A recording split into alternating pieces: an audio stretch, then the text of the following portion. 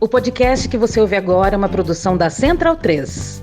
Aí o que acontece? Tu tá em casa de bobeira e aí... Do nada, do nadão. Caramba, tô com o dinheiro sobrando. Isso é uma fake news, nunca aconteceu isso. Aí tu pensa, porra, vou meter um pix recorrente lá pro Medo e Delírio em Brasília, @gmail.com. Isso não vai acontecer. Porra, Dino, me ajuda, caralho. Não. A ideia era o cara, enquanto eu tô enrolando aqui, o cara abrir lá a porra do aplicativo do banco, ir lá e colocar a pix recorrente, sei lá, R$2, R$5 pra gente. Eu achei muito criativo. Vai fazer a mínima falta pro cara. Isto é a verdade. Mas agora não. Doutor Flávio Dino, que recebe salário de STF, Agressivo. tem que falar contra a estabilidade financeira do podcast. Sabe quantas pessoas vão fazer o Pix agora, Flávio Dino? Ninguém. Absolutamente ninguém. É, exatamente. Parabéns, hein? Muito obrigado. Chato pra caralho. Tá, mas agora bora pra abertura. A fortuna do 1% mais rico do mundo nunca cresceu tanto. Passou dos 185 trilhões de reais em 10 anos. Daria para acabar com a pobreza no planeta 22 vezes. De um lado, a riqueza de apenas 3 mil bilionários representa 14,6% de todo o PIB global. Do outro, 3 bilhões e 700 milhões de pessoas lutam para viver com menos de $8 por dia. Entre os anos de 1995 e 2023, a riqueza privada cresceu 8 vezes mais do que os governos acumularam como riqueza pública. O relatório também revela que os países mais ricos estão promovendo os maiores cortes já registrados na ajuda humanitária. O G7, responsável por 75% da ajuda global, planeja reduzir os repasses em 28%. A Oxfam alerta que esses cortes, só esses, podem ter consequências devastadoras, como, por exemplo, a morte de quase 3 milhões de pessoas até 2030 por causas ligadas ao HIV. Que beleza!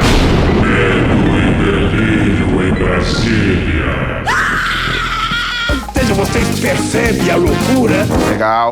Olá, bem-vindos ao Medo e Delírio em Brasília com as últimas notícias do que restou do Brasil. Bom dia, boa tarde, boa noite. Bom dia, porra. Por enquanto. Eu sou o Cristiano Botafogo. Botafogo é bairro, viu, meu filho? Cristiano, seu lixo. Seu lixo. Seu lixo. Seu lixo. Seu lixo. Calma. E Cristiano. Aquele verme maldito. Cristiano. E aí? E o... Brasília, depressão. Como é que chama, gente, o podcast dos caras? E o Medo e Delírio em Brasília. Medo e delírio em Brasília. Isso. Beijo pra eles. Medo e delírio, É hein? um programa que, pô, mano, meio duvidoso, né, mano? Fora seu medo e delírio em Brasília, pô. Eu não ouço Medo e Delírio. É escrito por Pedro Daltro. Abraço, Dalton. Meu queridíssimo Pedro Daltro. Um beijo pro Pedro Daltro. Pedro Daltro. Pedro Daltro. Pedro Daltro. Todo mundo sabe quem é. Parabéns a toda a equipe de roteiro. E um beijo pro Pedro Daltro. Pedro pro beijo Daltro. Eu consegui descobrir quem está por trás do Medo e Delírio em Brasília. Eu nem conheço os caras. Esse é o episódio número 40 de 2025. Ah, é? Foda-se. Bora passar pano? Não. Tá, mas bora tentar passar um pouquinho menos de raiva?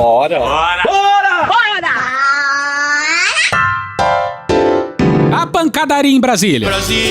Primeiro essa mensagem aqui. Por favor, abramos os olhos. O verdadeiro projeto da extrema-direita no Brasil para 2026 é a conquista do Senado. Tá, dito isso, a gente deixou de falar de muita coisa por conta do caralho dos interrogatórios. Caralho. Mais de um mês preso nessa desgraça. Difícil. Um dia da marmota aterrorizante, todo dia acordando com o Xandão na nossa frente. Tamo aí, tamo aqui. E não vai ser hoje, mas deve sair mais um episódio gringo. I love you. Afinal, esse mundo tá completamente descaralhado. Tamo fudido, cara. Mas disso a gente fala em outra oportunidade, porque a trocação tá desenfreada lá em Brasília. a porrada tá lambrando ainda. Aqui a gente vai tentar ir na cronologia. Vamos voltar pra O maio. governo anuncia agora o contingenciamento do orçamento federal. Vamos ouvir. Dentro deste limite dessa contenção, nós estamos falando de bloqueio de 10 bilhões e 600 milhões de reais decorrendo do aumento de despesas obrigatórias, já de novo abrindo parênteses, a maior parte dela vindo de Previdência. E, no caso do resultado primário, para o cumprimento da meta fiscal, um contingenciamento de 20,7 bilhões de reais. Então, o total é de 31,300. Isso acontece para cumprir o novo arcabouço fiscal, que é um teto de gastos maquiado. Mas não foi só isso que o governo anunciou. Para conseguir dar conta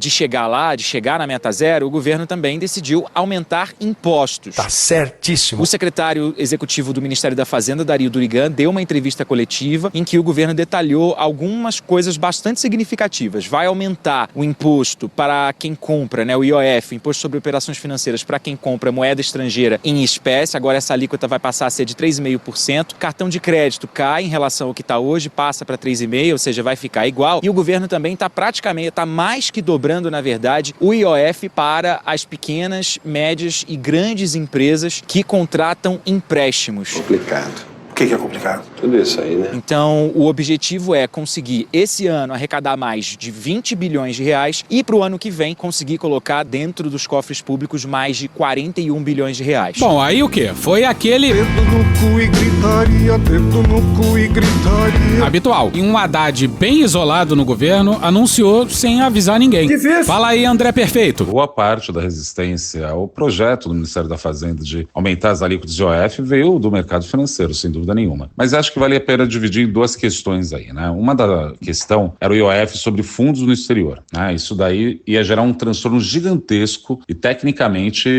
ia ser complicado. Por quê? Porque um fundo brasileiro que tem e opera um fundo no exterior, ele faz dezenas, para não falar centenas de operações toda semana, né? Então você teria sempre um custo no meio do caminho. Isso daí poderia, sem dúvida, inviabilizar esse tipo de atividade, o que não é interessante, né? Eu acho que faz parte da possibilidade de investimento dos brasileiros também poder fazer investimento no exterior através desse instrumento. Isso é uma discussão que o próprio Ministério da Fazenda, ao ver, né, o transtorno que geraria, né, recuou, né, rapidamente recuou dessa questão. Mas aí você tem uma segunda classe de discussões, né, a respeito do IOF de forma geral, né? Obviamente o mercado financeiro não quer ver alta nessas tarifas, né? O mercado financeiro, ele obviamente reagia nesse sentido de maneira bastante incisiva, né? E acabou fazendo a cabeça de muitos dos congressistas, né?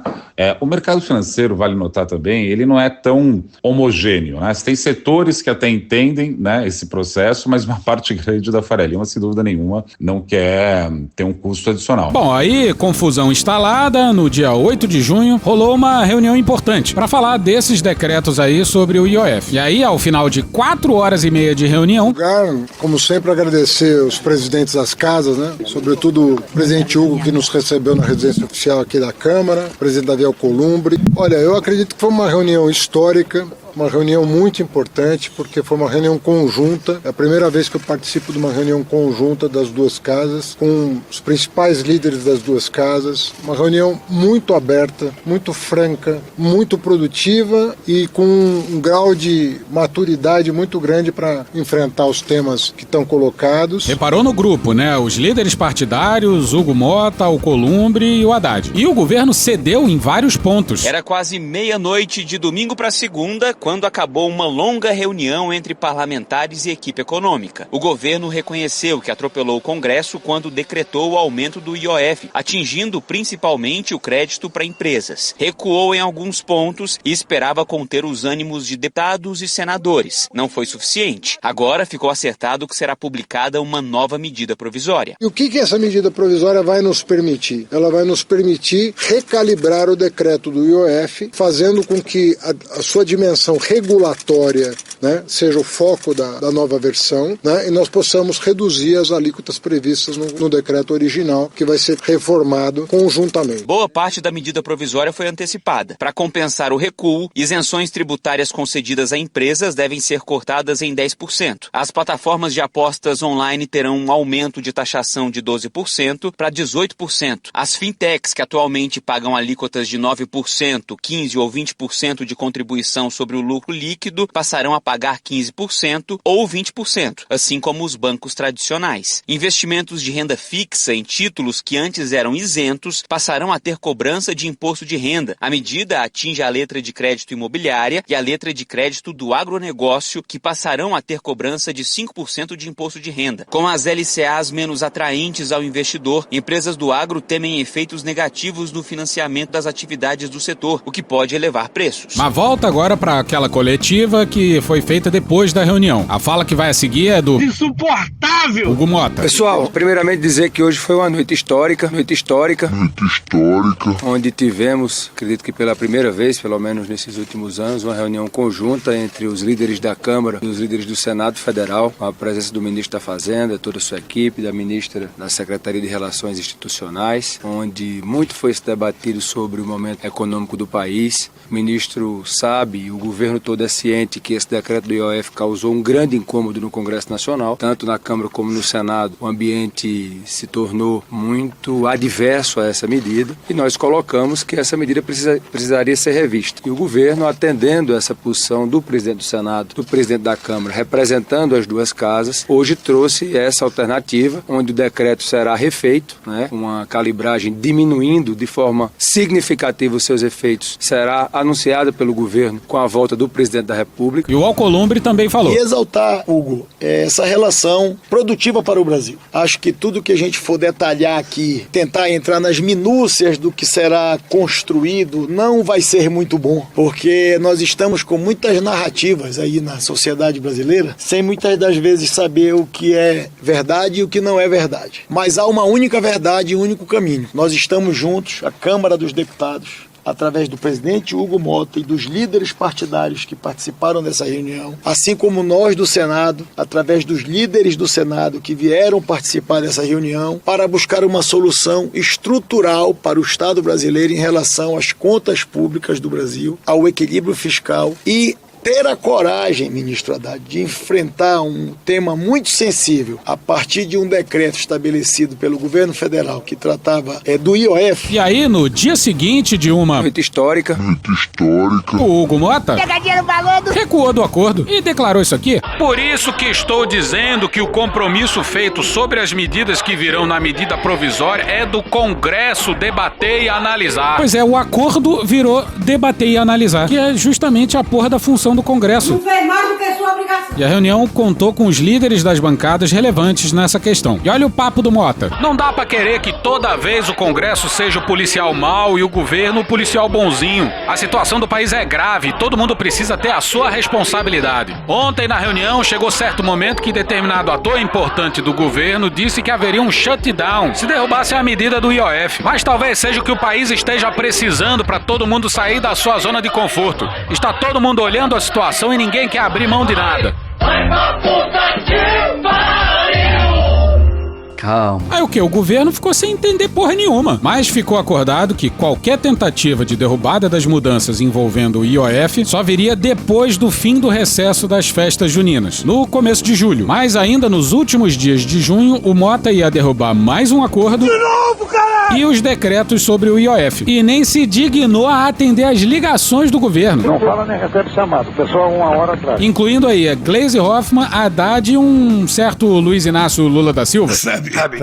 Mas tenha sua calma, porque entre o mais recente acordo e a quebra dele, aconteceu um salve do Congresso em meados de junho. Absolutamente inacreditável o empreendimento contra o Brasil que o Congresso tem patrocinado nas últimas semanas, nos últimos dias, em particular nesta semana, né? Essa é a maravilhosa Flávia Oliveira. Cristiano, seu lixo. Isso. Cuja filha é uma grande fã desse podcast. Eu não ouço Medo e Delírio.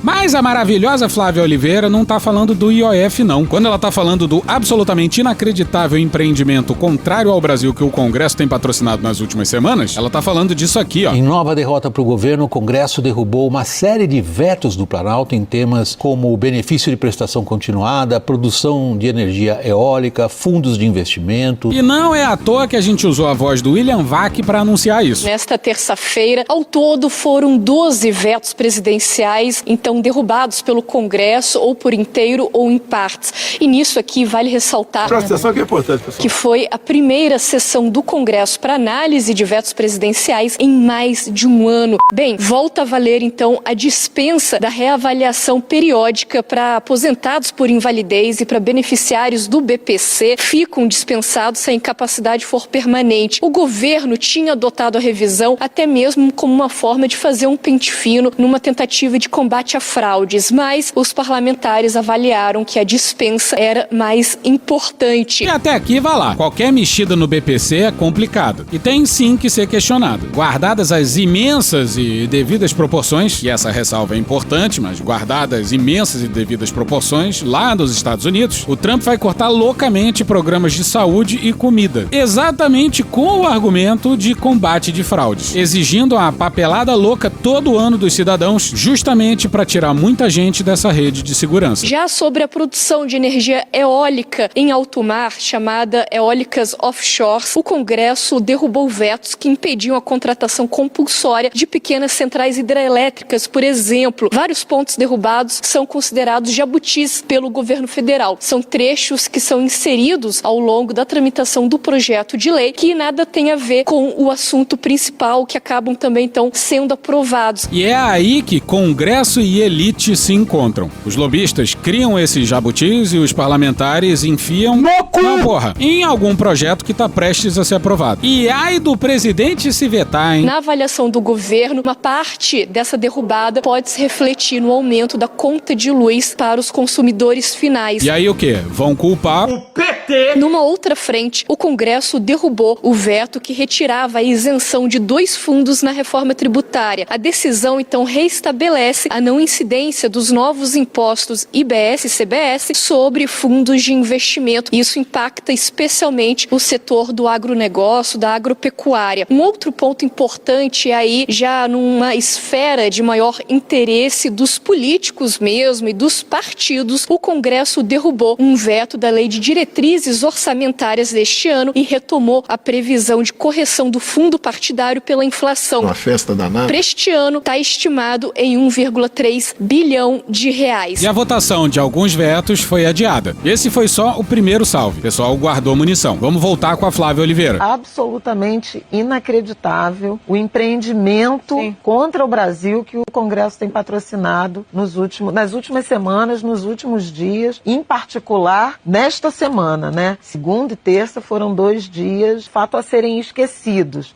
Esquecidos por quem? Por quem minimamente levou a sério um discurso de alinhamento, diálogo republicano na direção de medidas que façam o país caminhar na direção do equilíbrio fiscal, da racionalidade e da eficiência das contas públicas a serviço da população. Então, o mesmo Congresso que não faz 10 dias dizia que estamos dispostos a discutir desonerações, eventualmente emendas, e que pressionava o governo por corte de gastos, é o que é capaz de aprovar um benefício a setores específicos, determinados e privilegiados da ordem de 200, eu vou arredondar, 200 bilhões de reais. Isso equivale, Sadi e amigos, a 10 vezes o que Haddad propôs como valor de aumento de IOF para evitar um corte de 51 bilhões no orçamento. Foram contingenciados lá semanas atrás, né? Contingenciados 20 bi, bloqueados 11 bi e uma conta de 20 bilhões de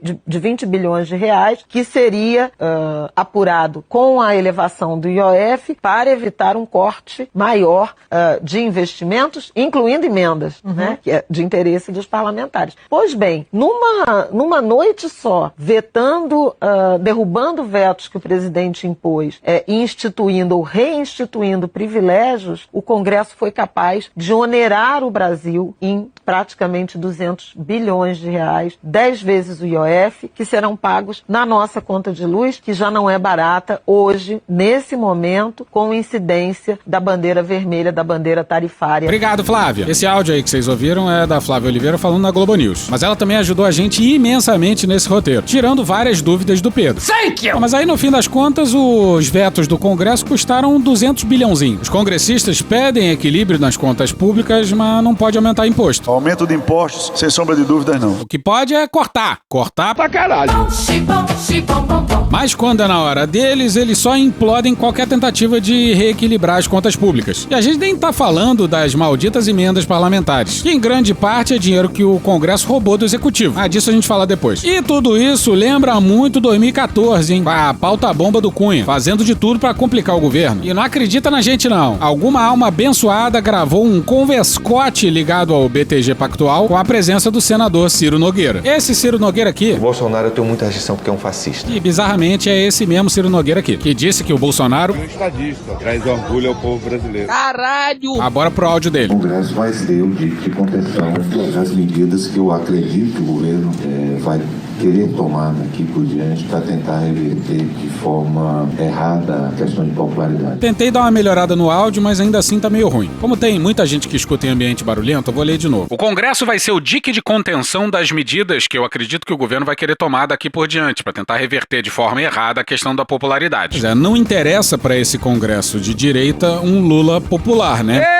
O Darcy Ribeiro já deu papo lá atrás. Não há lugar para fazer um país melhor, mas tem uma classe dominante ruim, ranzinza, azeda, medíocre, cobiçosa, que não deixa o país ir para frente. E cada vez mais, o parlamento representa cada vez melhor a elite brasileira. Não há lugar para fazer um país melhor, mas tem uma bancada no Congresso ruim, que não deixa o país ir para frente. O governo, hoje, eu considero o processo de desgaste dele irreversível. Porque não se trata só de falta de confiança no atual ministro, que não teve a força necessária e o apoio necessário para tomar as medidas. O governo hoje eu considero o processo de desgaste irreversível, porque não se trata só de falta de confiança no atual ministro, que não teve a força necessária e o apoio necessário para tomar as medidas. Inclusive foi sabotado sempre que possível pela oposição. E a sabotagem mais recente é um oferecimento do Hugo Mota. E olha que a gente tá falando do Haddad, hein? É o pai do novo arcabouço fiscal, que é um teto de gastos maquiado, responsável pela indicação do Galípolo pro BC. Lembra? O mais tucano dos petistas? Porra, os juros hoje estão em espantosos 15%. Mas olha só, quem cravou esses números absurdos uns meses atrás pelas bandas de cá foi o economista André Perfeito. Acertou, miserável. Eu gosto muito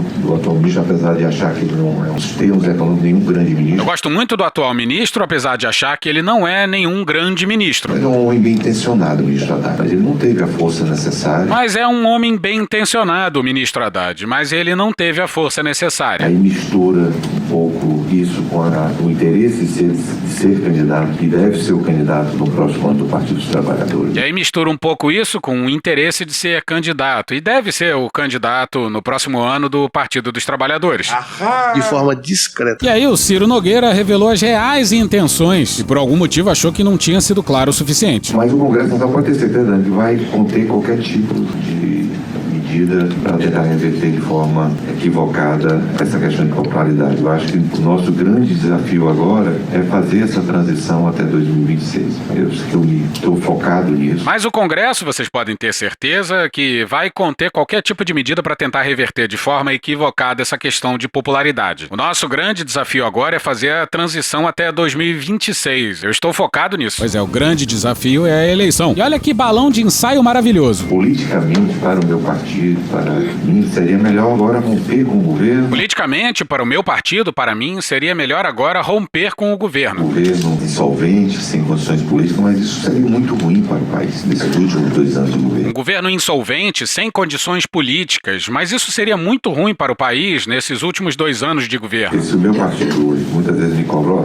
rompe com o governo. Se eu romper, vai romper todo mundo. Porque se o meu partido, hoje muitas vezes me cobram, olha, rompe com o governo, se eu romper, vai romper todo mundo. Assim, o Ciro Nogueira não quer que o mundo todo rompa com o governo. Vai manter os ministérios no sacrifício. Mas o Ciro Nogueira não faz isso porque ele sabe que não derruba o Lula nem fudendo. Mas é muito semelhante ao que aconteceu com o governo Dilma, quando o nosso partido saiu, desencadeou todo o processo de impeachment. É muito semelhante ao que aconteceu com o governo Dilma, quando o nosso partido saiu e desencadeou todo o processo de impeachment. Só que uma coisa é você tirar Dilma, que naquela época, eu costumo dizer que quem faz impeachment de presidente não é o Congresso, é a população. Só que uma coisa é você tirar a Dilma, que naquela época... Ele provavelmente ia falar do nível de popularidade da Dilma naquela época, que era bem baixo. Mas ele se interrompe. Porque eu costumo dizer que quem faz impeachment de presidente não é o Congresso, é a população. A Dilma foi tirada porque ela tinha 7%. O Lula tem um piso de 30%.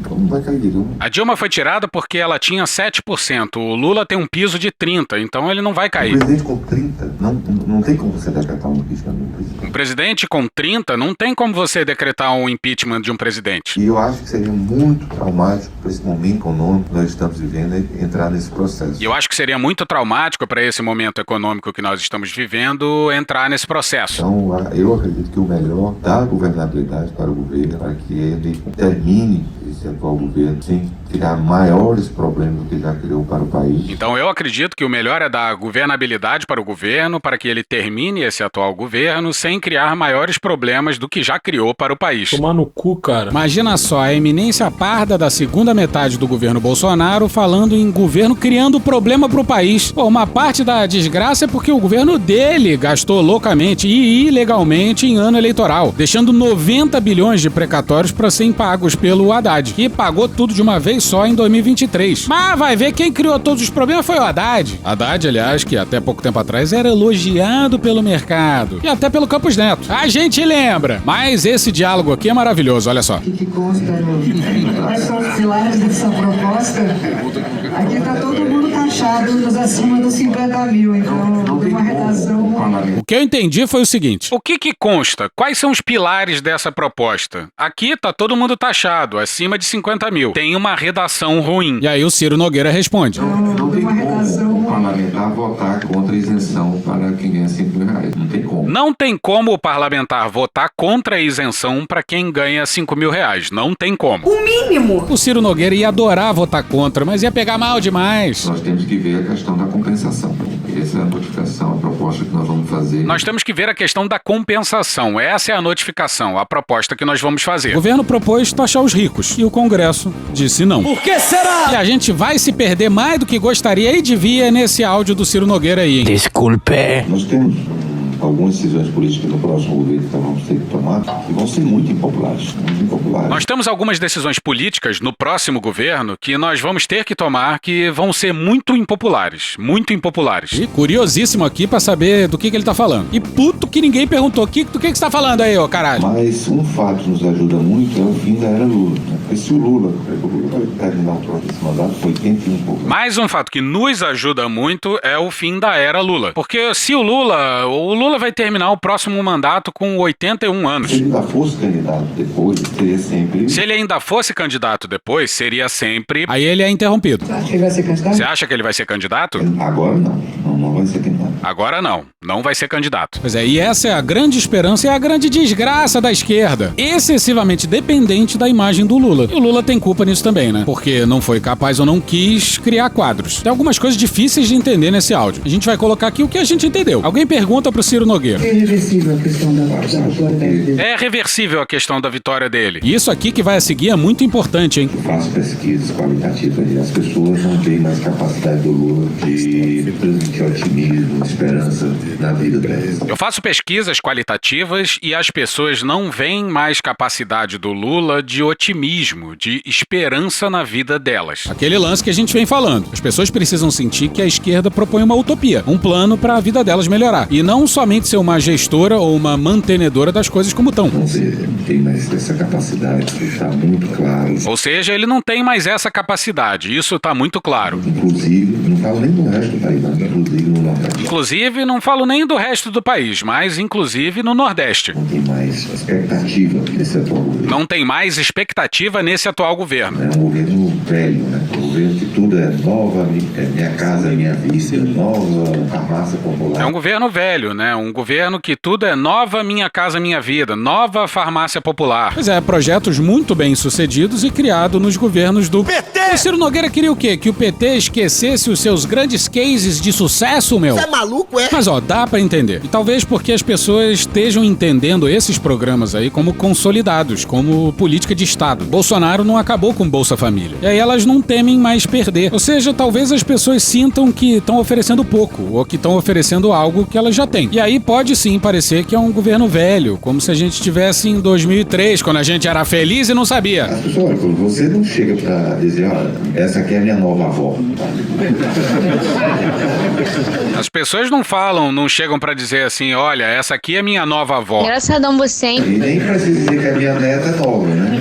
Então, sabe, ele não tem mais essa capacidade. Ele não tem mais capacidade de dialogar com as pessoas. Outro dia ele chamou uma rede de televisão pra falar com a sociedade. Né? E nem precisa dizer que a minha neta é nova. Ele não tem mais essa capacidade, não tem mais capacidade de dialogar com as pessoas. Outro dia ele chamou uma rede de rádio e televisão pra falar com a sociedade. Aí tem dois pesos, duas medidas aí, né? Porque quando era o Bolsonaro, tava tudo bem. Forma-se neste momento a Rede Nacional de Rádio e Televisão para o pronunciamento do presidente da República, Jair Bolsonaro. Ai, meu sobrinho aí, ó. Toca pra caralho, porra. relação com as mulheres está indo mal. A relação com as mulheres está indo mal. Misógino. Eu confesso, a primeira vez que gritaram misógino pra mim, eu não sabia. Pega aí rapidinho na internet, o que é misógino? Pra eu saber se eu estou sendo xingado ou elogiado, não sei, né? Se você não gosta de mulher, você gosta de homem, então é isso. Caralho! Mas se você pegar o discurso dele completo, não é um discurso, mas é 10 segundos que é o corte, é o que acaba com o pai dele. E ele não tem mais a capacidade de se reinventar, né? Ele não tem mais essa capacidade, né? Um homem com uma trajetória vitoriosa e vou mudar agora radicalmente porque tá errado, não. Se você pegar o discurso dele completo, não é um discurso 10 segundos, o que é o corte, é o que acaba com a paz dele. E ele não tem mais a capacidade de se reinventar, não tem mais essa capacidade. Um homem com uma trajetória vitoriosa, vou mudar agora radicalmente porque tá errado, não. Criticar o discurso do Lula, vai lá.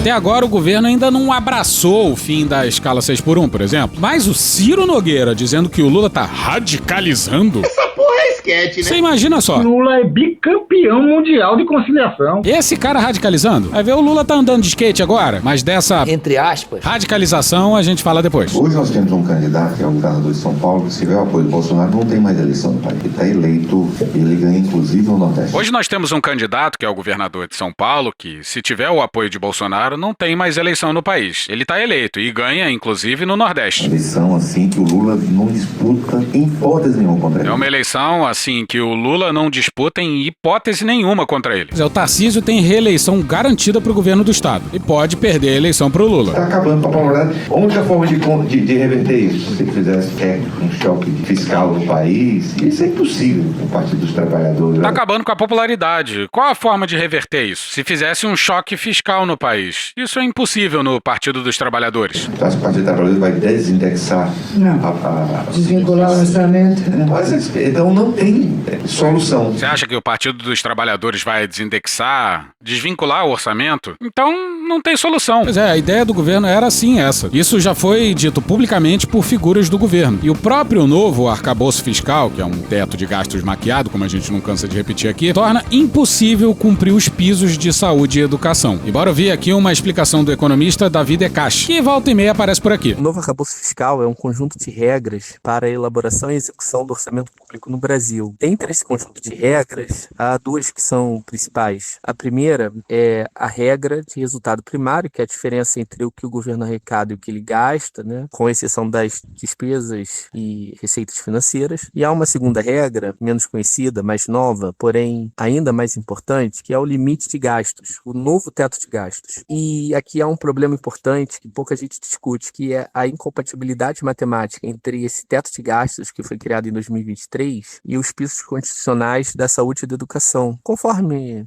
está determinado na Constituição Federal de 88. O que acontece é o seguinte: o limite de gastos no Brasil, o crescimento dos gastos de um ano para o outro, ele está limitado a 2,5% de crescimento acima da inflação de um ano para o outro. Isso independe das receitas. Esse limite ele está dado independente se as receitas crescerem 10, 20, 30%, perfeito? Porém, os pisos da saúde e da educação, eles acompanham exatamente a taxa de crescimento das receitas, se não é exatamente muito próximo. Nesse sentido, o que acontece, por exemplo, se as receitas em determinado ano crescerem 10%, os pisos da saúde e educação, uma parte muito relevante do orçamento, vão crescer a uma taxa de 10%. Porém, o orçamento como um todo só vai crescer 2,5%. O que isso significa? Que os pisos da saúde e da educação vão impor cortes em outras despesas que não possuem proteção constitucional ou proteção legal. Chega um momento em que o orçamento ele é totalmente ocupado pelos pisos da saúde e da educação e os outros setores do setor público eles ficarão totalmente paralisados. Inclusive, há um cálculo do Tesouro Nacional que o momento de paralisação generalizada da máquina pública por conta dessa compatibilidade será o ano de 2027. Esse estudo já foi massivamente divulgado pela imprensa, é um estudo oficial. O que acontece, e essa é uma contradição hoje do orçamento público no Brasil, é que quanto mais a receita cresce, por exemplo, se a receita cresce 20% em um caso extremo, o orçamento só cresce 2,5%. E os pisos da saúde e da educação vão crescer 20%.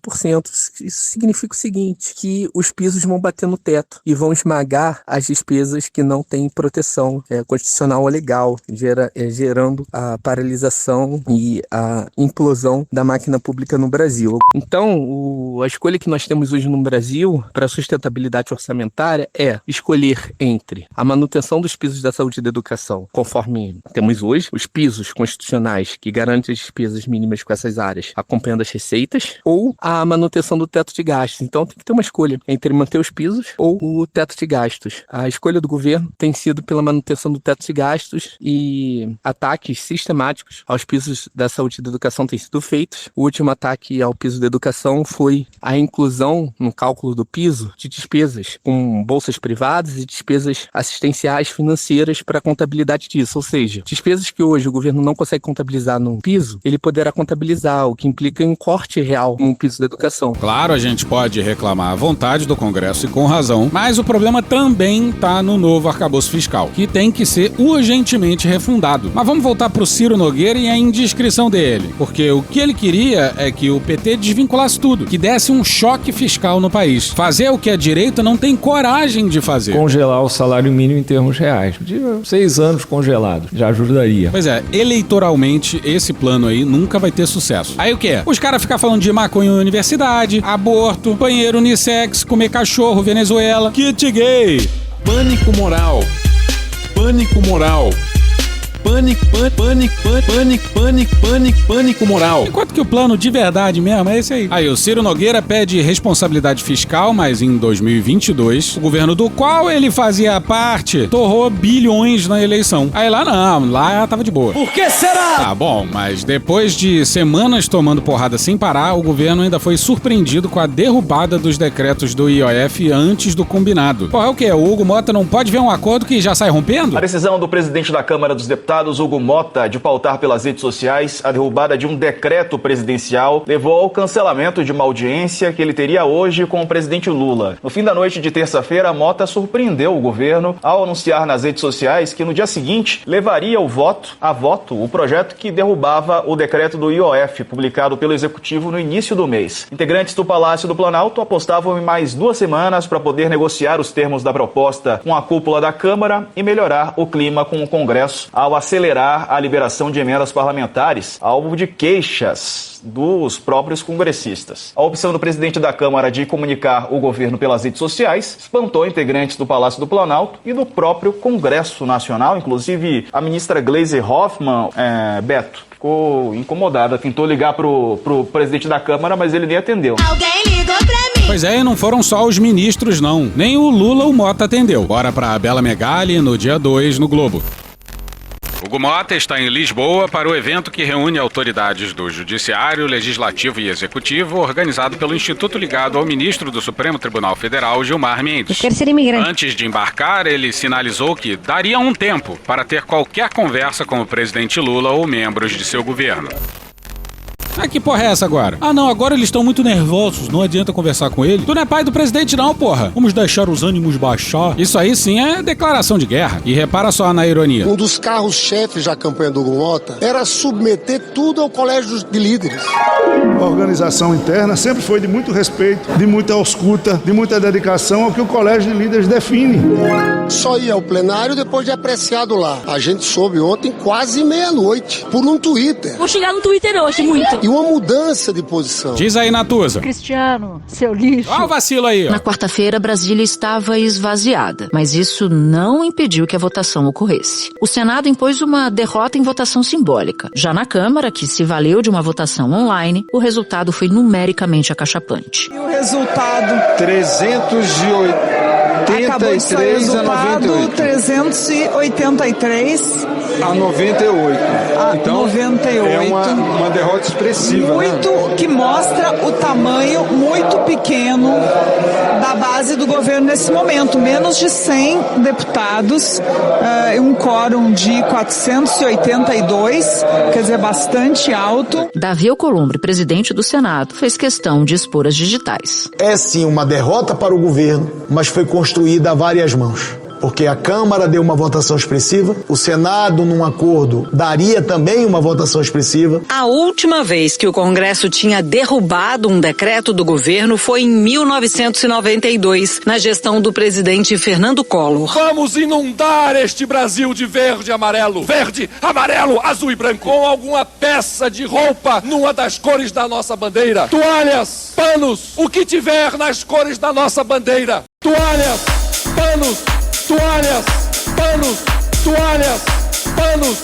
E ele não gostava de limpar-se depois de defecar. Com papel, ele queria um chuveirinho pro furico dele. Olha que legal. Vamos seguir. E a doideira é que o Alcolumbre tá coladinho com o Mota. Na gestão anterior, em que a presidência da Câmara era exercida pelo Arthur Lira, havia uma diferença entre Câmara e Senado, porque o Arthur Lira, sempre que puxava o tapete do governo na Câmara, o Rodrigo Pacheco não o acompanhava no Senado. O Rodrigo Pacheco, que presidia na época o Senado, ele sempre tinha uma posição mais favorável ao governo. Agora, subitamente, de repente, o Davi Alcolumbre se associou ao Hugo Mota para puxar o tapete. Os dois puxaram o tapete do governo a 4 mãos. Então houve uma inédita conciliação entre os interesses do Hugo Mota e do Davi Alcolumbre. Pois é, a guerra foi declarada. E aí restou ao governo e ao STF. Na imprensa, pelo menos, ficou um momento de hesitação, vai, não vai. Matérias dizendo, o governo não quer ter que fazer isso, porque vai desgastar a relação com o Congresso. O pessoal entrou com a matéria e aí o governo foi atrás depois. E teve que ir pro STF porque a derrubada dos decretos é inconstitucional. O Congresso só pode derrubar decretos se o Executivo ultrapassar as prerrogativas do Presidente da República. E aí, e só aí, cabe ao STF dirimir a questão. Nas palavras da AGU, a derrubada dos decretos, abre aspas, violou os princípios da separação dos poderes e da legalidade tributária. Fecha aspas. A quebra do acordo foi consequência de várias insatisfações. Deputados estavam incomodados com a lentidão na liberação de emendas parlamentares. Incomodada ficava a sua voz. Referência de velho! Vários deputados da base votaram contra o governo. União Brasil, que tem 3 ministérios, deu 96% dos votos contra o decreto. Dos 12 votos do PSB, partido do vice-presidente Geraldo Alckmin, 9 foram pela derrubada. E lá atrás, essa história do IOF já começou errada. Bora voltar com a Flávia Oliveira. É verdade que o erro original, Natuza, me parece que partiu da equipe econômica e do ministro Fernando Haddad, eu vou dar nome e sobrenome, quando anunciou, juntamente com a ministra Simone Tebet, um pacote de ajuste fiscal que misturou 2 temas, o contingenciamento e bloqueio, o que é efetivamente ajuste fiscal, e uma mudança do imposto, uma mudança muito ampla do imposto sobre operações financeiras naquele pacote, que soou como um enfrentamento já ao Congresso Nacional, uma ideia de aumento de carga e o uso de um dispositivo tributário que tinha funções e tem funções regulatórias de correção de assimetrias com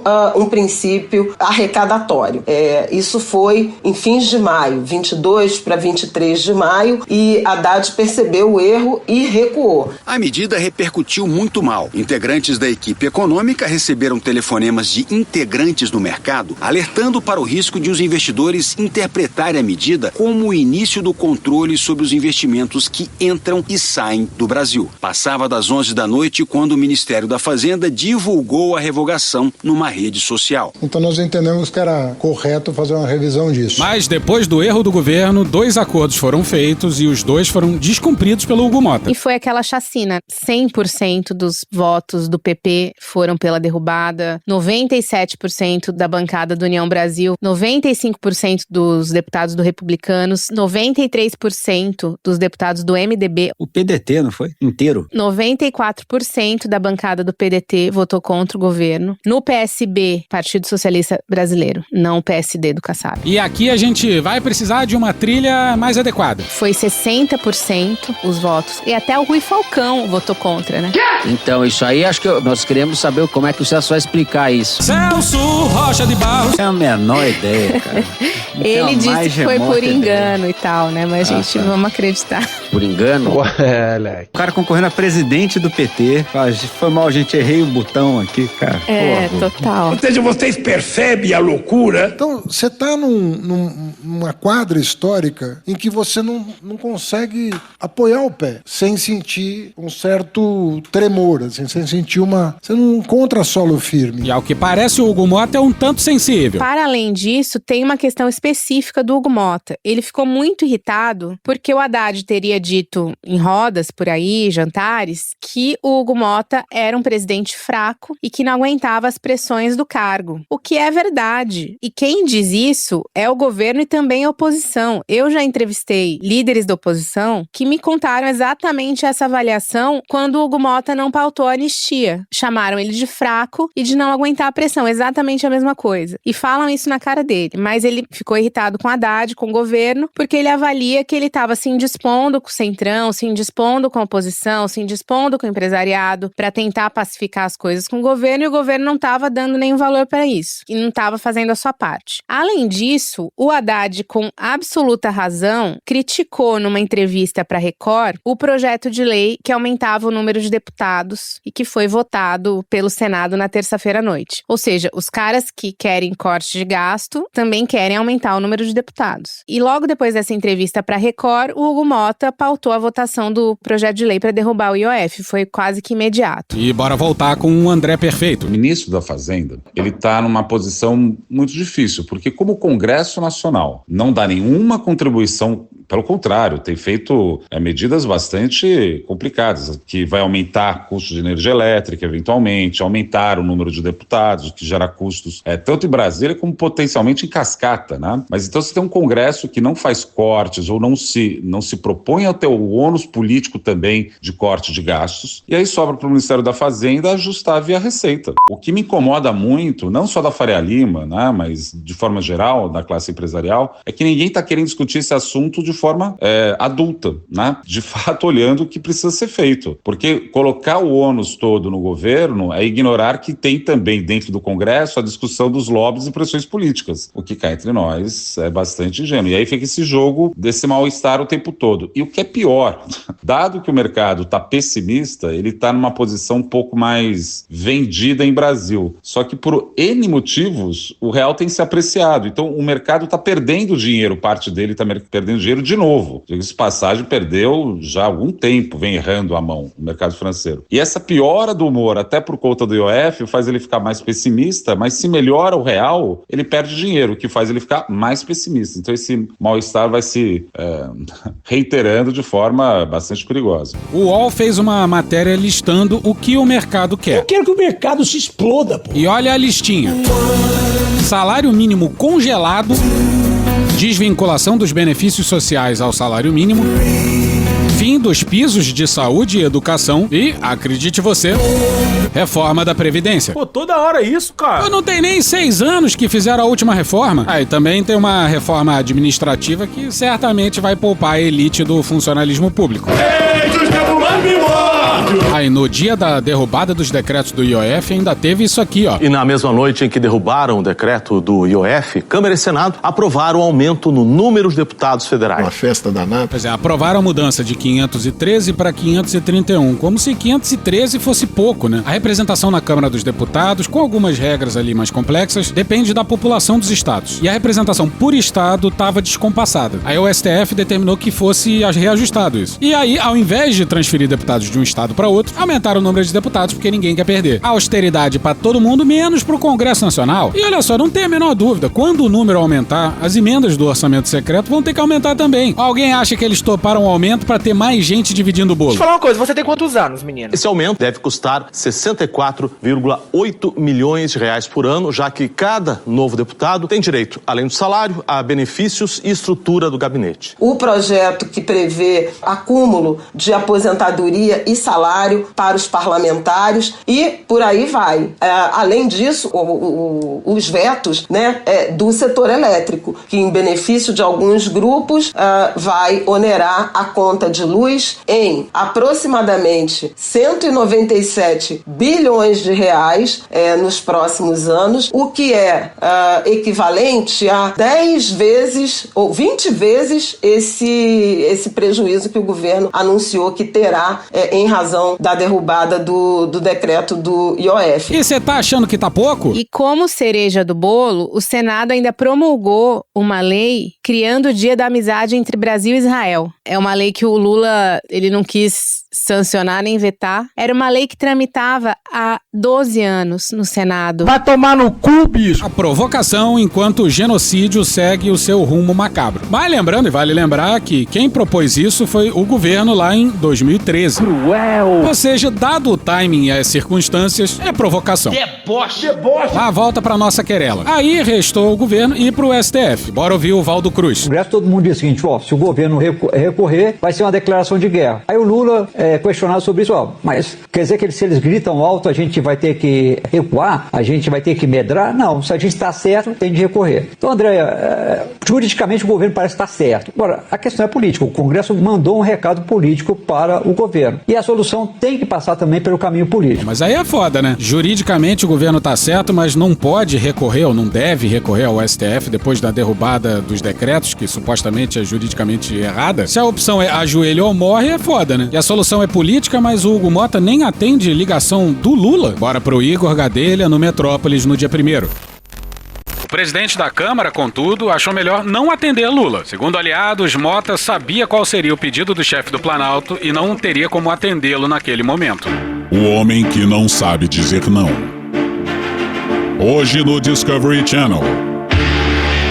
E Hugo Mota jura também que não traiu ninguém. Hoje temos um Hugo especial para falar sobre o IOF e muitas outras coisas que falaram aqui em Brasília nessa última semana. Pois é, o Hugo Mota anuncia quebra de acordos pelas redes sociais e também se explica por elas. Esse áudio aí é de um vídeo postado pelo próprio presidente da Câmara. E essa história de que o Congresso não olha para o povo, hein? Fake ou real? Fake. Tomar no cu, rapaz. Esse tomar no cu, rapaz, aí é nosso. Primeiro, quem alimenta o nós contra eles acaba governando contra todos. Tomar no cu, rapaz. Mesma coisa. A Câmara dos Deputados, com 383 votos, de deputados de esquerda, de direita, decidiu derrubar um aumento de imposto sobre o IOF. Um imposto que afeta toda a cadeia econômica. A polarização política no Brasil é meu pau em sua mão. Tem cansado muita gente. E agora querem criar a polarização social.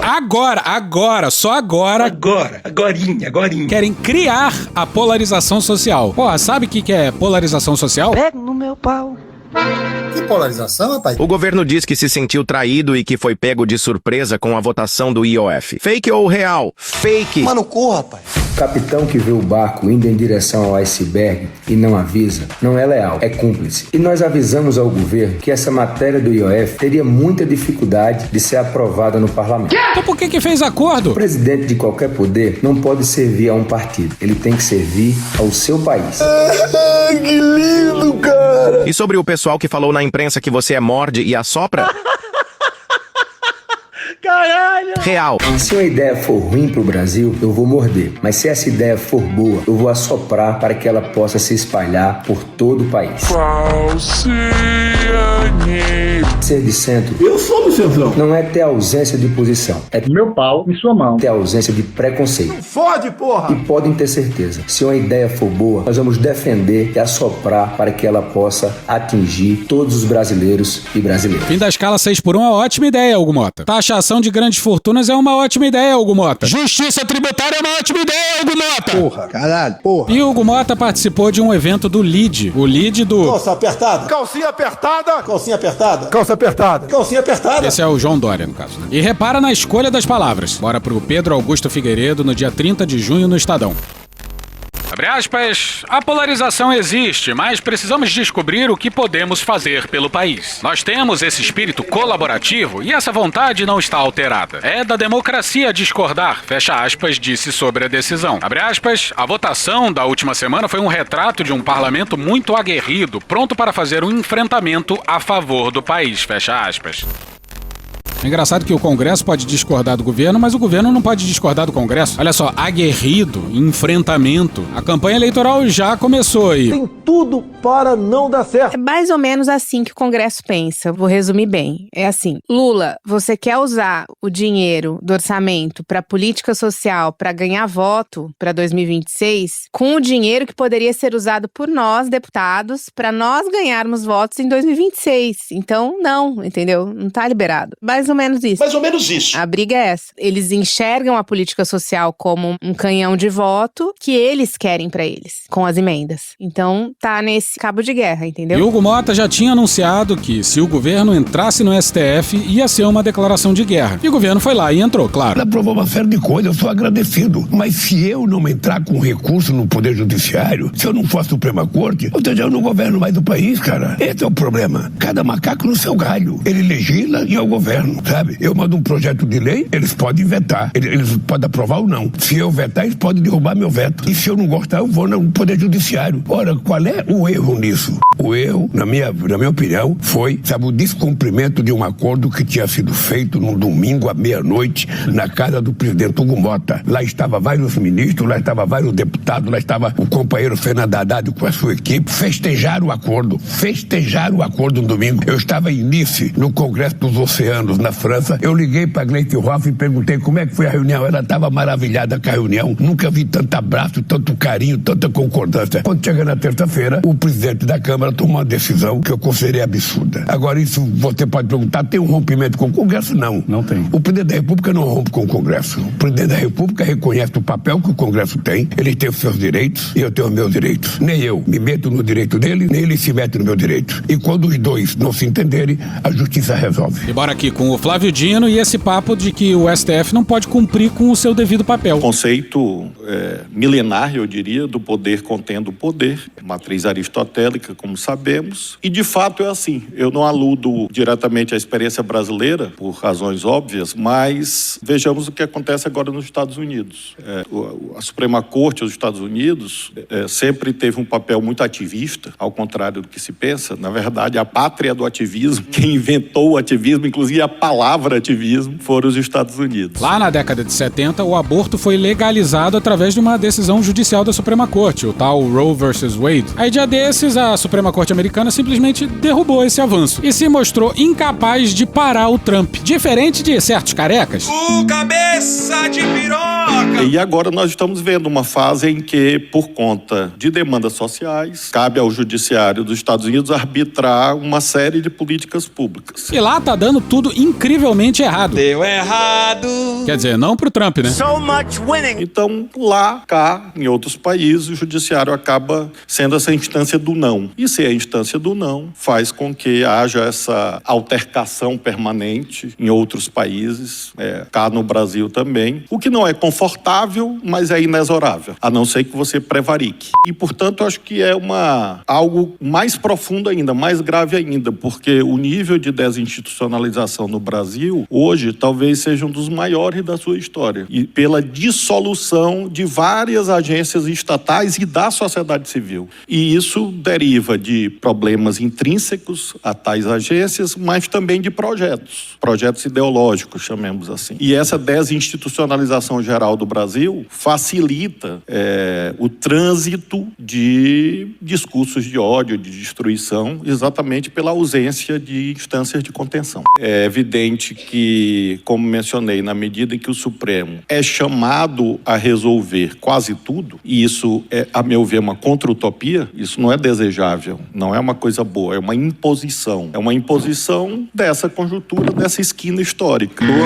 Que quadra da história, como diriam os caras do Medo e Delírio. Em que a falência de outras instâncias de arbitramento de conflitos levam a essa ultrajudicialização trepidante, como você menciona. Então o Supremo sempre está muito exposto, os seus ministros sempre estão muito expostos, e isso, diferente do que às vezes uma certa análise diz, não deriva de uma opção individual. E aí a gente entra nas malditas emendas do orçamento secreto, que basicamente foi o legislativo roubando o cofre. e parte das atribuições que caberiam ao governo federal. E o problema é o seguinte, que boa parte do orçamento federal agora é gasto de forma paroquial, atendendo os interesses eleitorais de cada parlamentar, com pouquíssima transparência. Transparência! Guararapes! Apesar dos repetidos pedidos do STF por mais transparência, sabe como é que é, né? Aquele princípio básico da administração pública, e sem fazer parte de um plano mais holístico. E o fato de aí, Angélica, eu ter herdado da ministra Rosa Weber uma relatoria muito sensível, porque vai no coração da crise do sistema de governo no Brasil. Que hoje nós temos os países parlamentaristas, os presidencialistas, os semipresidencialistas e nós temos o Brasil. São 4 tipos de sistema de governo.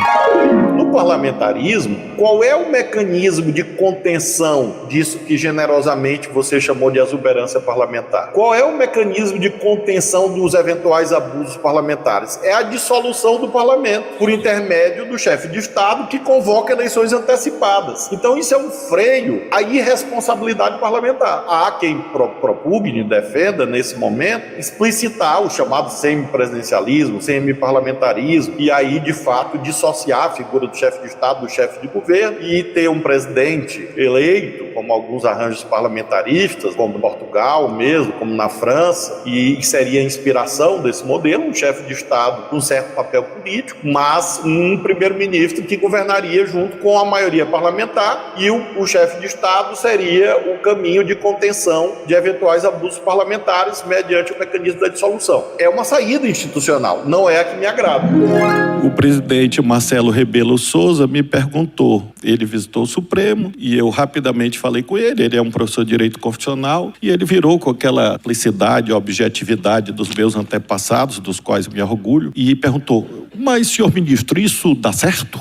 Eu disse, presidente, eu me pergunto todo dia sobre isso. O certo é que o tema das emendas, ele tem essa largueza. Não é apenas aquilo que se vê, sobretudo de muito feio. Mas, para além disso, o que está em disputa, e daí a contenda? De um lado, essa questão do sistema de governo. Em algum momento, alguém vai concluir isto, que nós somos geniais, mesmo, eu sou autenticamente patriota mesmo, mas também essa genialidade não é tão absoluta de a gente inventar um sistema de governo novo que só existe no Brasil. E o Congresso jura que a harmonia entre os poderes... É o caralho! E a segunda questão, a meu ver, tão profunda quanto essa, é a tendência de ultra-oligarquização do sistema político hoje no Brasil. Ultra-oligarquização do sistema político hoje no Brasil. A alternância de poder hoje no Brasil, falando em termos do Congresso, ela é meramente retórica. Em termos fáticos, não tem competitividade eleitoral possível em razão de um acerto que virou um problema, que é o financiamento público. Então, hoje, um parlamentar acumula 3 grandes fontes de produção de votos: fundo partidário, fundo eleitoral e emendas. Então, quando você trata de um processo assim, um processo judicial assim, que me cabe conduzir, você está tratando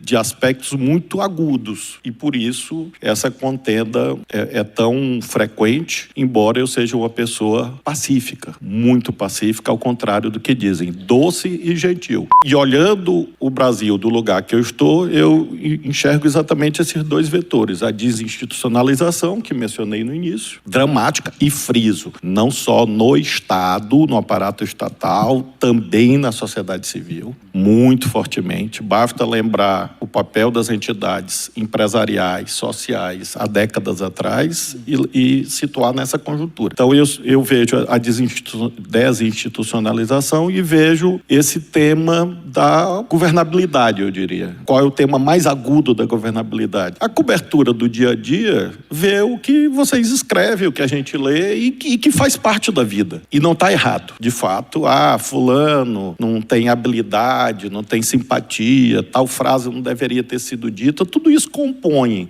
a árvore, né? São os galhos, as folhas, mas as raízes são bem profundas. Do jeito que está estruturado esse sistema, nenhuma força política governa o Brasil, nenhuma. Porque só é possível governar o Brasil desde sempre com alianças, sempre. Todas as vezes que vocês lembrarem da independência, na abolição, eu sempre falo, olha, se não fosse a aliança de um burguês esclarecido, Joaquim Nabuco, com o líder popular José do Patrocínio, que eu comparo com o Conde Cavour na unificação da Itália e o Garibaldi, né? Eu digo, o Conde Cavour era o Nabuco e o José Patrocínio era o Garibaldi. Quer dizer, sempre foram alianças policlassistas para impulsionar o Brasil.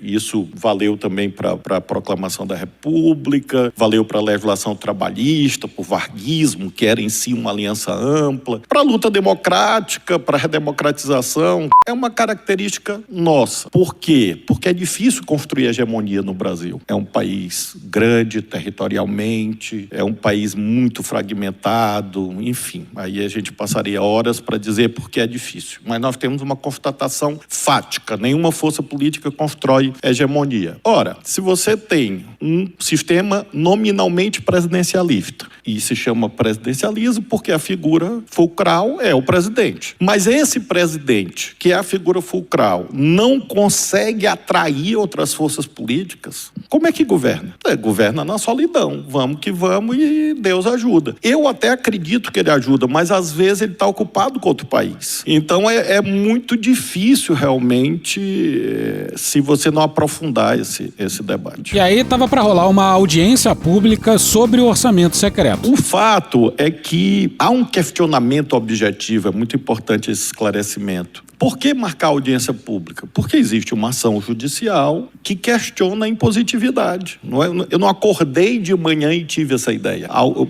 Porque parece que é assim, não, o Flávio resolveu fazer isso para dar um recado, não sei para quem. Não, você, evidentemente, dizendo óbvio, é claro que você conduz um processo com texto e com contexto, como tudo na vida. Mas o contexto não define exatamente o que eu faço nos autos, porque eu posso até interpretar a lei, mas torturar a coitadinha eu não posso torturar, pegar a bichinha e torturar para ela dizer aquilo que ela não diz, porque eu quero que ela diga. Isso não é interpretação jurídica. Então eu não inventei isso. Existem as ações antigas, que era o orçamento secreto propriamente dito, cuja relatoria eu herdei da Rosa.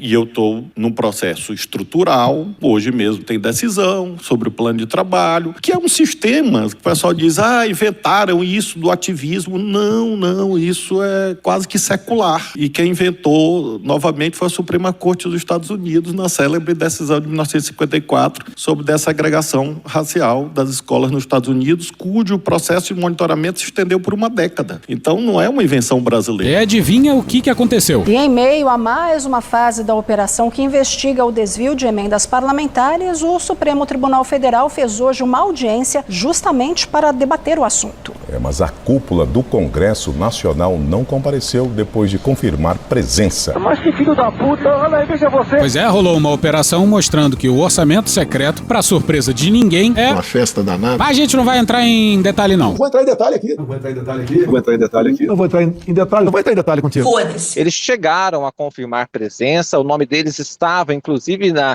no cronograma, né, de quem iria usar da palavra, mas eles não vieram e acabaram designando aí advogados das duas casas para falar em nome do Congresso Nacional. Grandes merda ser advogado. Mas isso mostra bem como o Congresso ligou o maior dos foda-ses. Nem para comparecer e fazer cara de paisagem, ignorando solenemente o que estava sendo dito. Não é guerra fria, é guerra aberta. Se o Congresso Nacional quiser tirar a responsabilidade fiscal da Constituição, pode tirar. Se o Congresso Nacional quiser tirar o presidencialismo da Constituição, pode tirar. Assim como também pode desconstitucionalizar o devido processo legal orçamentário. Mas enquanto estiver na Constituição, não se cuida, portanto, de uma invasão do Supremo, e sim de um dever. Se nós temos normas constitucionais que estão aparentemente em dissonância, a harmonização de tais normas é uma atividade tipicamente jurisdicional em todos os países do mundo, enquanto o Brasil foi um regime democrático. Portanto, não há nenhum intuito de usurpação de atribuições de outros poderes. E nessa confusão de de confrontação com o Congresso e com as pesquisas de aprovação do governo não lá muito alviçareiras, restou ao governo defender uma pauta de esquerda, inclusive abraçando o fim da escala 6x1. Isso só em meados do 3º ano de governo. Muito cruel! Porque eu nunca vi um governo, e eu falo em nome da área econômica, eu nunca vi um governo se dispor a fazer o ajuste sem penalizar a população mais fragilizada. Isso não aconteceu no Brasil em períodos anteriores. De falar, olha, nós vamos fazer, mas nós vamos ver assim, quem não está pagando imposto, quem está tendo benefício fiscal indevido, quem está driblando com planejamento tributário a legislação, quem que está usando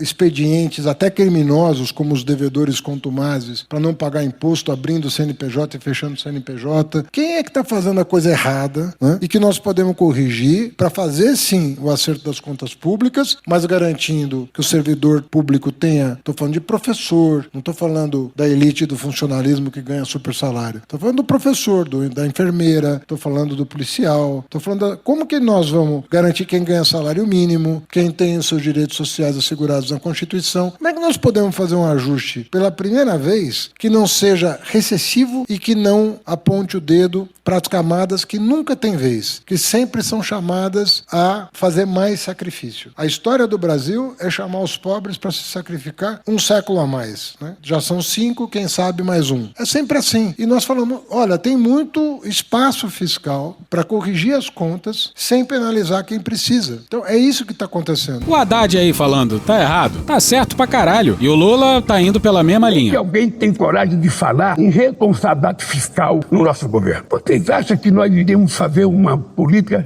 fiscal em que a gente aprovasse um arcabouço fiscal que só me permite gastar no máximo 2,5? Você acha que eu estivesse pensando pequeno, eu ia fazer isso? É logo fazer uma inversão de imposto de renda até R$5.000. Eu estou fazendo concessão. E quando a gente coloca que as pessoas que ganham mais de 1 milhão têm que pagar um pouquinho mais, há uma rebelião. Porque o que a gente está fazendo opção não é tentar aumentar imposto, é tentar fazer uma tributação mais justa. E cadê a compensação? E a doideira é que o Lula é o presidente que deu a economia na mão do Palocci, do Meirelles, do Haddad. Nomes que a direita deveria agradecer e aos céus por ele ter colocado lá, pô. A ingratidão do mercado é espantosa. E vale um parênteses, os analistas econômicos que falam na imprensa sempre parecem estar fazendo um discurso técnico. Mas não é assim que funciona, não. Não são os economistas que têm que dizer pro povo o que tem que ser feito. É o povo que tem que dizer pros economistas o que ele quer e os economistas têm que dizer, ó, é assim que isso é viável. É o contrário, é o contrário. E no dia 28 de junho, na Folha, bora com ele. Celso Rocha de Barros, Celso Rocha de Barros, as análises embasadas, as análises embasadas.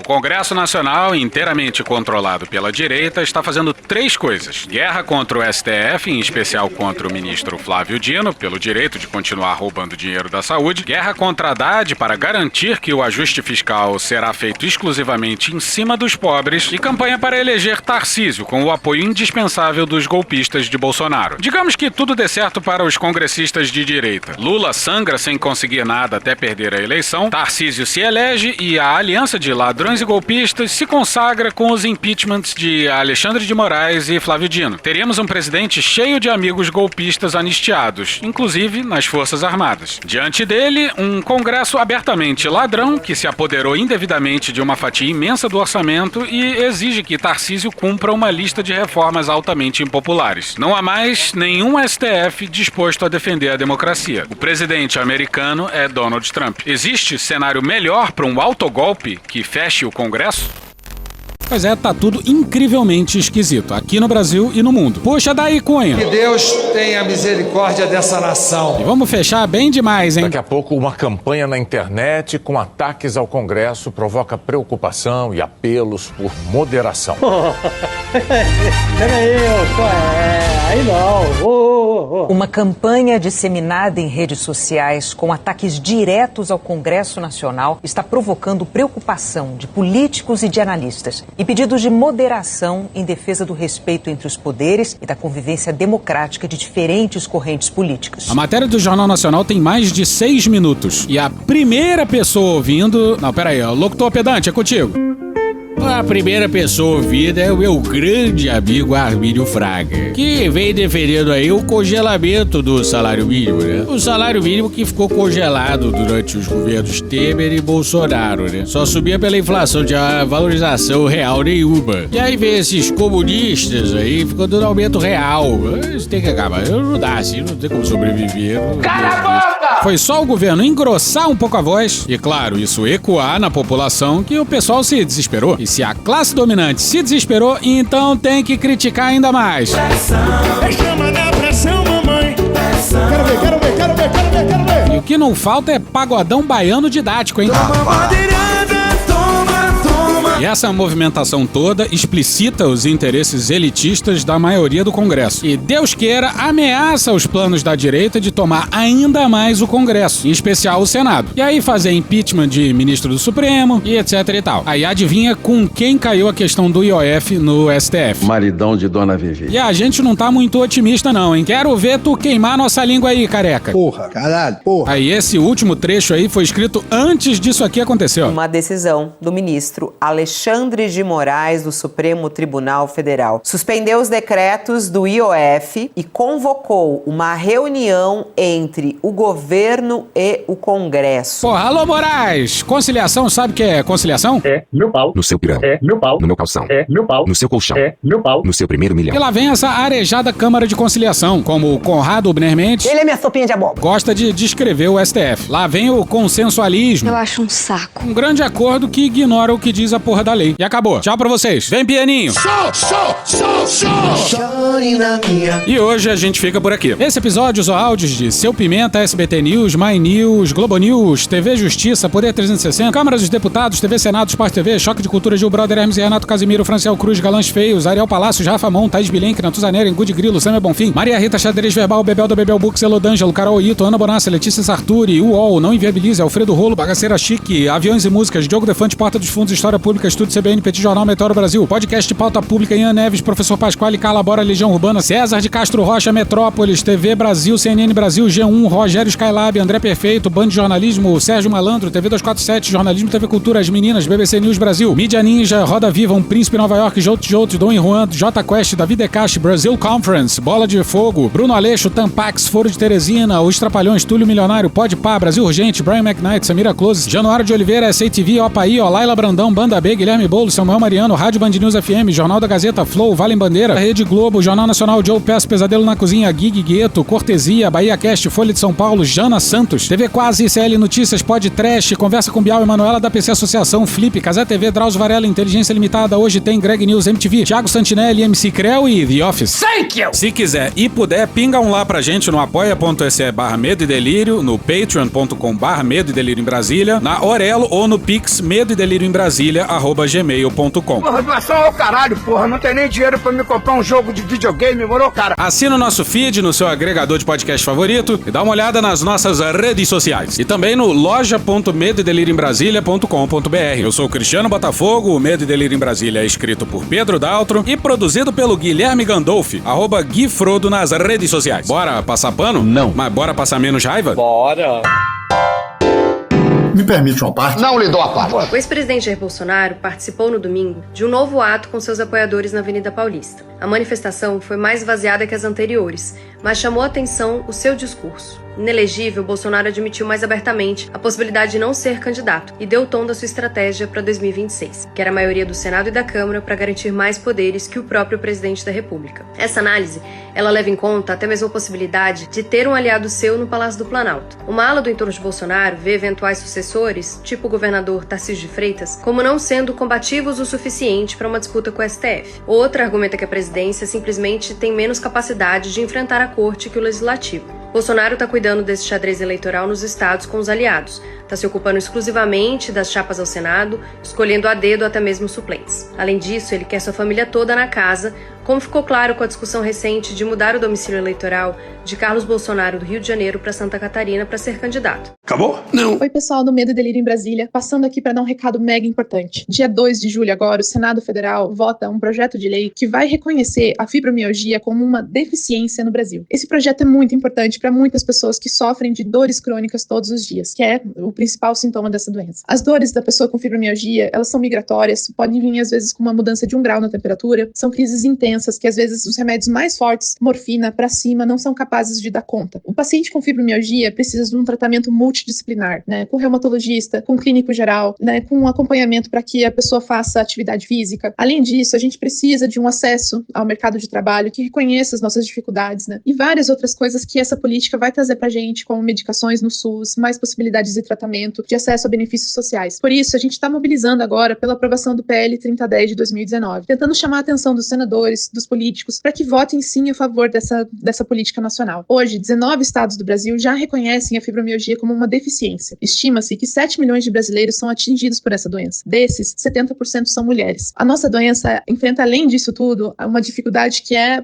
que as pessoas acreditem nas dores que nós sofremos como mulheres. Porque muitas vezes a gente vai no consultório médico e o médico sequer acredita que a gente está sofrendo o tanto que nós sofremos. É uma doença que não tem cura, não se sabe direito a causa, é um tratamento difícil, complicado. Por isso, a gente precisa de toda a acessibilidade do mundo para continuar participando na sociedade por igual. Por favor, gaste um tempinho agora no dia 2 de julho para compartilhar mais sobre essa doença e compartilhar mais informações para que o Senado Federal finalmente reconheça que nós somos pessoas com deficiência. Meu nome é Jana Santos, eu sou criadora do Fibromigas, no Instagram, @FIBROMIGAS, Fibromigas. Sou um coletivo de promoção de consciência e luta pelos direitos do paciente com fibromialgia. Adiciona a gente, compartilhe os nossos conteúdos e vamos ajudar a lutar agora dia 2 de julho para que os pacientes tenham essa importante conquista no Brasil. Acabou? Não. Acabou sim. Acabou? Acabou. Acabou. Porra, acabou! Beijinho, sigamos com muito amor e poesia. Ouve a voz do seu períneo. A boca é um ânus da face. Varanda do pum. Lexotan não se toma na veia. Essa porra é maconha? Quando você é jovem, qualquer pessoa que tem um baseado vira seu amigo. O Bolsonaro sendo atropelado. Tô de acordo. Fazer as pessoas passarem fome. É isso. Cenoura, cenoura. Mais ou menos isso. Que porra é essa aqui? É maconha essa porra? Quem fuma 200 baseados? Muita gente. Mas muita gente. Conversa de bêbado. Nem todo artista é maconheiro, mas todo maconheiro é um artista. Algum delírio. Presunto Parma, vamos lembrar, não é qualquer presunto. Não é proibido no Brasil transar. Antigamente as pessoas ainda coçavam a virilha, hoje nem isso coça mais. Pega sua Toyota, empurre dentro do seu cu. Um Opalão, um Chevette, um Gol Bolinha. Vai deixar eles mijarem em cima de você. Lixo. Arrombado. Vai entrar o grosso. O grosso chegou! Ai, que dor no meu pau. Eu sou especialista em pau. É a piroca. Ela é bastante extensa. Veja a gramatura. Você não sabe como eu ficava feliz quando eu vi um trabalhador mostrar uma pica. Também entra. Cadê os machos? Eles têm um pênis. Pistolão bonito, né? Há controvérsias. Contém ovos. Não esqueça de lavar os testículos, a virilha e o ânus. 95% da população mundial faz errado a limpeza do ânus. Ânus. Os galináceos têm pênis. Tem graça esse final? Não, né? Desculpa. Espera um pouco, querido. Espera só um minuto. Só um minutinho. Estamos esperando aí. Calma, relaxa. Pronto, tá bom. Era isso? Acorda, vagabundo! Acorda! Obrigado, minha gente. Deus proteja a todos. Sejam felizes. Um abraço. Deus proteja a todos. Creu.